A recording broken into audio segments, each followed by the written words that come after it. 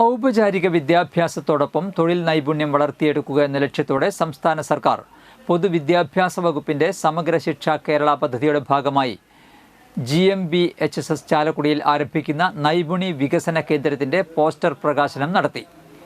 Chalakudy MLA Saneesh Kumar Joseph ഉദ്ഘാടനം ചെയ്തു.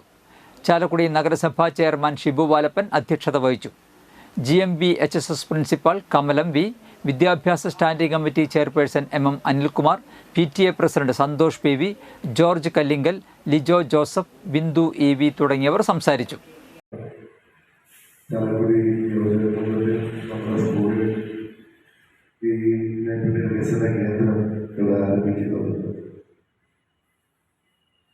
ഇന്നത്തെ നമ്മുടെ വിദ്യാഭ്യാസ രീതികൾ മാറിക്കൊണ്ടിരിക്കുന്ന ഒരു കാലഘട്ടമാണ്. ഒരു കാലഘട്ടത്തിൽ ഉദ്യോഗസ്ഥന്മാരെ സൃഷ്ടിക്കുന്ന ബ്രിട്ടീഷ് രീതിയിൽ നിന്ന് മാറി വിദ്യാഭ്യാസ കാലഘട്ടത്തിൽ തന്നെ നമ്മുടെ കുട്ടികളെയൊക്കെ സ്വയം തൊഴിലുകൾ പഠിപ്പിക്കാനും അവരുടെ കഴിവുകൾക്കനുസരിച്ച്